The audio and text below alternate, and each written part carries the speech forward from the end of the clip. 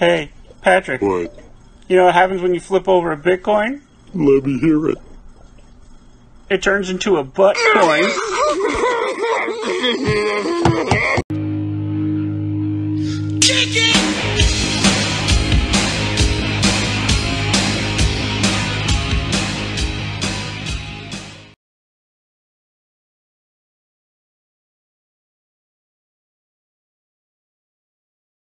Well, hey everybody, welcome back to the channel. Appreciate you stopping by. Today we're going to go over the Tokes Platform with Michael Wagner. He's the CEO of Tokes. It's a very interesting project. I hadn't really thought about this too much, and the more I researched it, the more fascinating I found it. I really wanted to talk about it today. How you doing, Michael? Great. Well, thanks for having me on. Glad to have you here. Could you give us just a quick overview about your background and how you got into the space first before we start? Yeah, that's fantastic. So generally my background is in conventional finance, came from the private wealth management world, doing portfolio management, investment management for high net worth clients. Got involved in Bitcoin and cryptocurrency blockchain back in late 2013. My co-founder actually introduced it to me through crypto mining. So he was setting up some GPU rigs in his house, and we have kind of a long background in building our own gaming systems and building computers. So relatively easy enough to get into building our own rigs, and just took it from there with trading and some CPU mining, GPU mining, and ultimately launched Tokes in late 2016 with the intent of providing a solution to the legal cannabis space. Okay, pretty cool.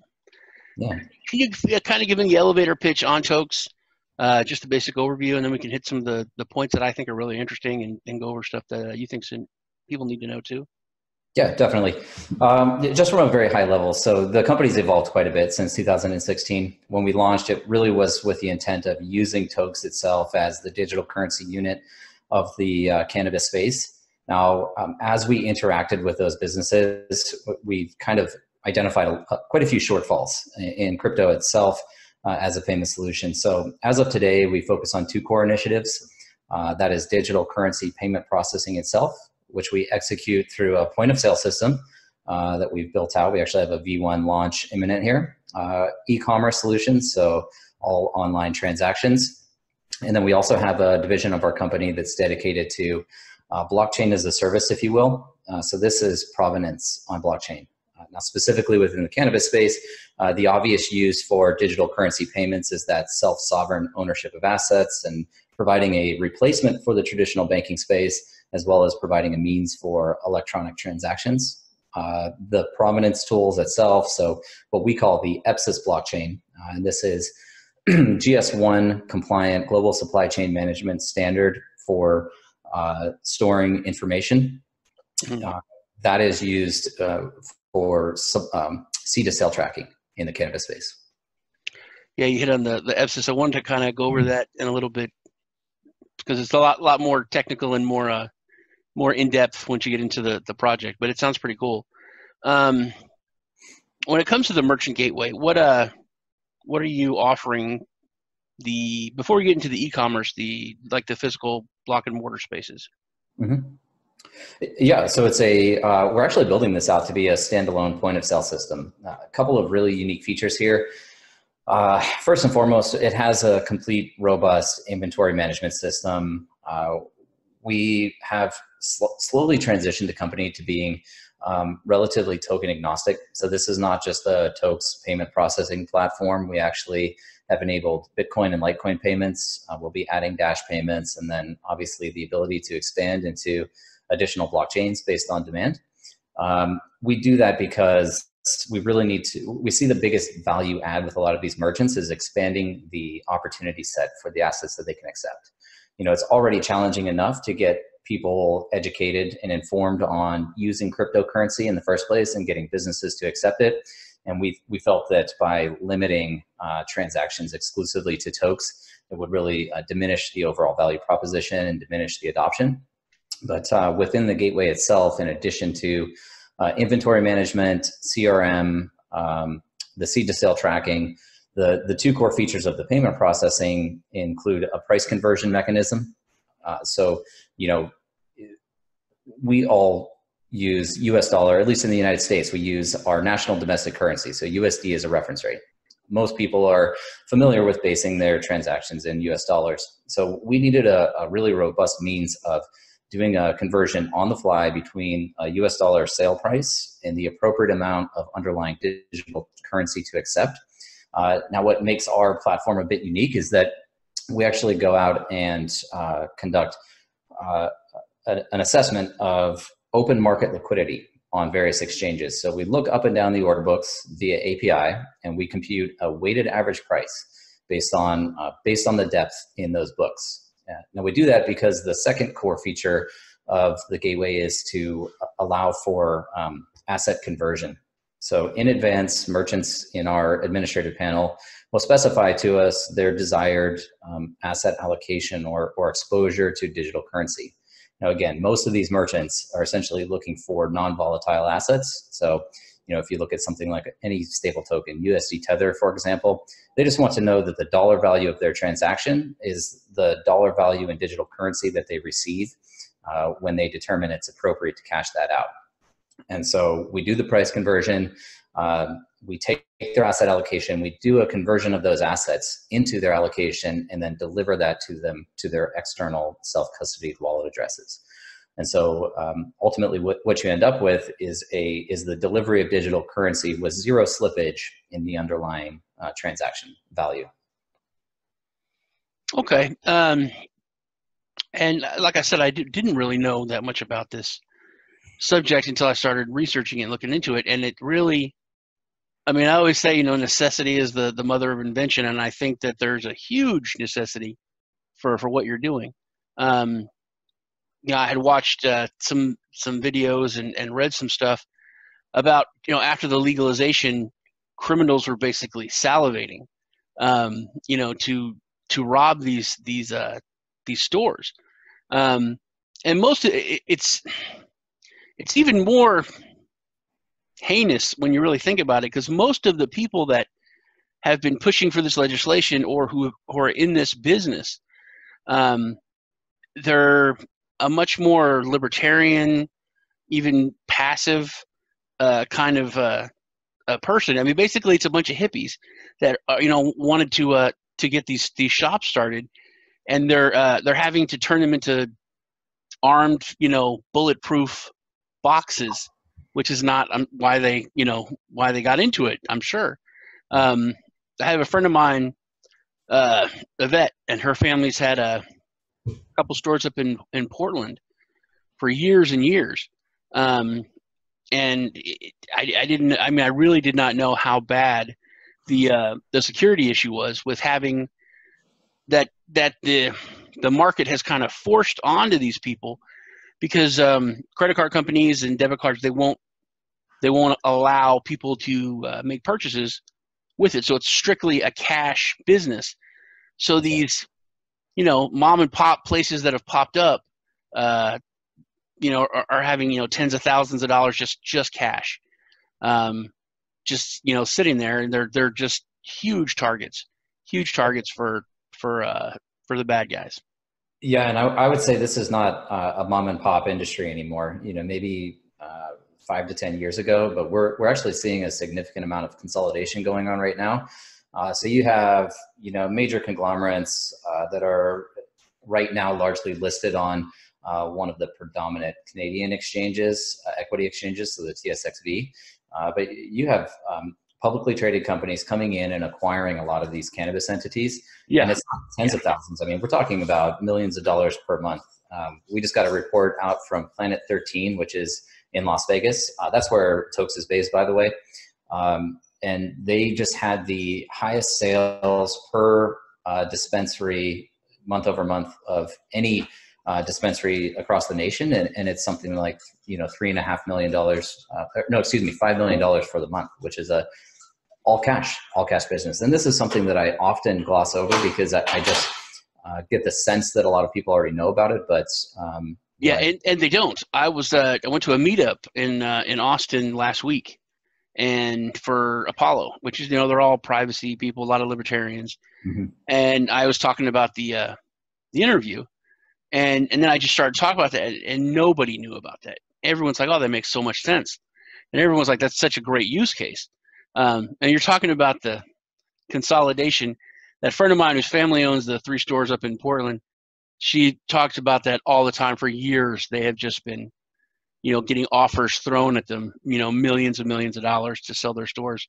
Yeah. But they're not. They're keeping it, So they're like you said, especially over the past few years, there's been a huge push by institutional money to kind of jump in and consolidate everything and scoop everything up. Yeah. You talked about Las Vegas and different states as they pass.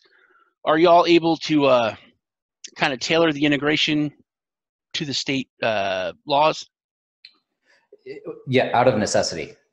That's our approach. So I will say, we don't have broad adoption at this point. We actually are just in the midst of I think I mentioned, launching that version 1 of our merchant gateway software. So our big focus and our business development efforts are here in the state of Nevada. We actually have some legislative efforts that we're undertaking as well. But just to kind of address that past topic as well, the 2 issues are not only payments. So credit card, debit card companies won't do business with legal cannabis entities. But in addition to that, because most banks are federally regulated, we're talking about an industry that's legal at a state level, still illegal federally. And so the banks also will not do business. So not only are all of the transactions coming in cash, there's nowhere that they can actually store that capital once they receive it. So they're kind of tasked with either protecting it themselves via armed guards and essentially bank vaults on site.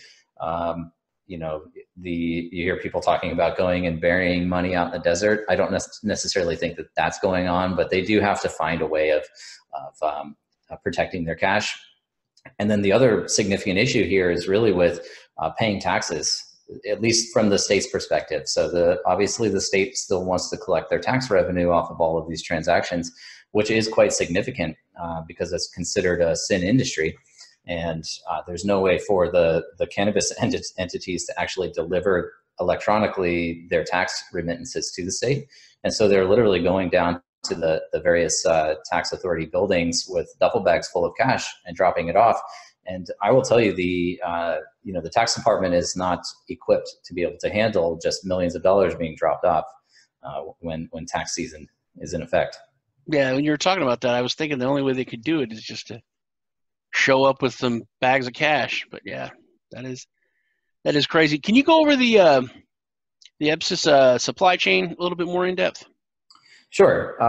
When we had really set off on this, the intention was to build out our own ERP, which is enterprise resource planning software, really to develop out a full software suite dedicated to supply chain management. We've actually taken a step back from that over the past year, partially because we need to manage our resources and our small team, but just put a more isolated focus on what our real skill set is.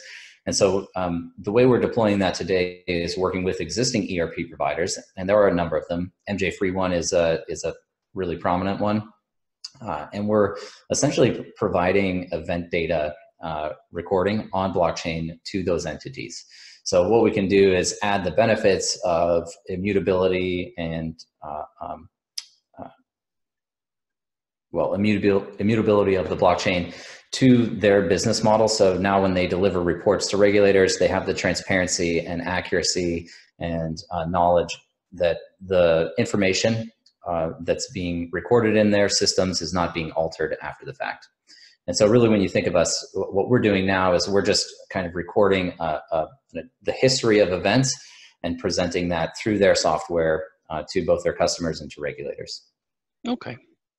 Can you go over your roadmap a little bit? Yeah, well, so, we've been in operation now a little over 2.5 years. Roadmap focus over the last year was building out this point of sale software. We felt that was pretty critical in being able to go out and get business adoption. Next phase of that is going out and having those discussions with industry operators on how to utilize the software and how to engage and interact with the blockchain. We're also doing that in conjunction with, as I mentioned, a legislative effort here in the state of Nevada, which is related to a pilot program that the newly elected treasurer, Zach Conine, actually put a request out for. We were engaged in some early discussions mid last year around how to create a cashless closed loop payment solution for the legal cannabis industry. We were involved in the roundtable discussions. At the time, this was the candidate, Zach Conine, who did recently get elected.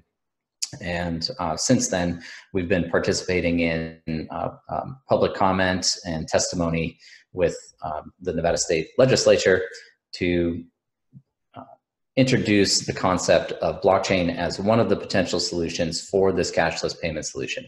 Bottom line is, the treasurer does not want all of this cash coming in for tax remittances. They also don't want, local law enforcement also does not want these businesses dealing with all of the cash on site. It's a big risk, not only to the businesses, but also to the patrons of those businesses that are now, they're purchasing their cannabis. And I think to your point, with the knowledge that these are now targets for theft. So, the intention here is that allow the state to support a program where we can essentially demo out or pilot out new types of technology, new types of software. And this is not exclusive to blockchain, and it would not be exclusive to our company, but we're optimistic that when the bill passes, we'll be involved in the pilot program, and we'll have some validity from the state itself through a state-sponsored solution to be able to demonstrate the use of our software. So that's the focus on the payment processing side. On EPSIS, we have a proof of concept on that, and we have a very close relationship with a company called Theracan International. People that have been following our project for some time will know that this was a relationship we formed in late 2017. That's actually one of those ERP providers that I was alluding to. Yeah, I was going to ask you about them. Mm-hmm.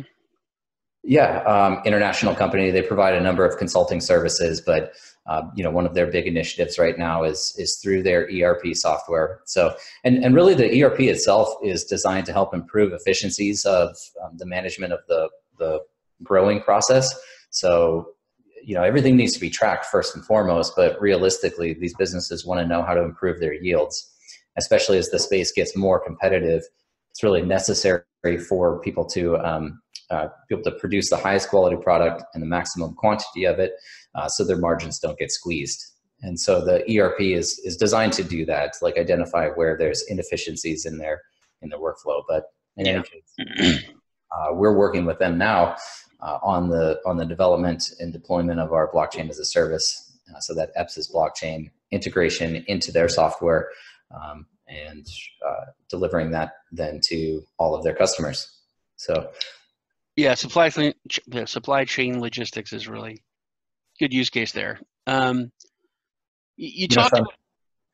There is one other component of our business. It's kind of outside of the scope of Tokes, but I do just want to make a mention of it. It's also in our roadmap and a big focus for Q2, Q3. It's what we call Relly Cloud.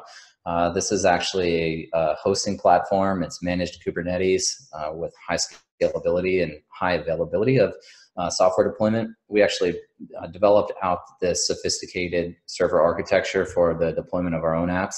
And the reason I just wanted to mention it is because we're actually, as we launch this service, we want to have a particular focus on servicing other blockchain related entities. So one-click deployment of like blockchain nodes, for example. And so if there's any other blockchain companies out there that are interested in either app hosting or managing blockchain related services, they should reach out to us because we'd be happy to make this service available to them in the immediate future. Okay, it kind of leads me to my next question. When it comes to the e-commerce side, I know that y'all are working on some stuff there. Could you tell me a little bit about what you're working on as far as e-commerce goes? And then I had a follow-up question on that too. Yeah, so I mean, e-commerce is closely related to what we're doing on the point of sale. If you think of the point of sale, it was designed with an interface for cashier use, so brick and mortar locations. E-commerce is a slightly different animal, and so we're using a slightly different framework on it, but it utilizes all of the same underlying mechanisms of price conversion and trade processing and essentially your administrative access and management of your company.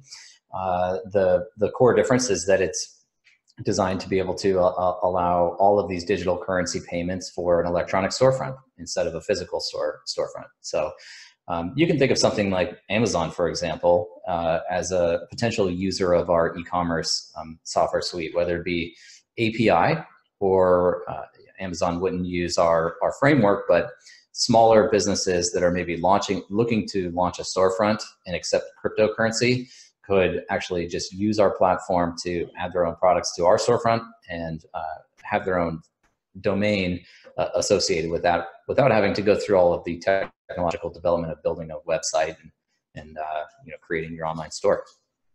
So are you going to develop like storefront applications or templates also? So it's just kind of like a Shopify one-stop place? Yeah, you got it. We actually have a branding associated with that right now called Tokify. So it's essentially exactly like Shopify. Make it easy for people that have products to sell to create a store and start selling those products and collecting cryptocurrency. Without a lot of the restrictions that other hosts would obviously impose. Okay, that's pretty cool. That's pretty much it. And that would be open for kind of any kind of storefront. It's not really a cannabis industry or specific blockchain. It's kind of agnostic. Just kind of anybody can do that. Yeah, and I will say, I mean, a lot of what we're building today is moving in that direction of being relatively industry agnostic. Our specific efforts are within the cannabis space. So, we're undertaking these legislative efforts, we're undertaking business development efforts, and seed to sale tracking efforts, all within the cannabis space. But the reality of it is that, if you're a coffee shop and you want to accept cryptocurrency, you could use our platform just as easily as a dispensary. And likewise, on the provenance side, we're just talking about supply chain management or supply chain visibility tools.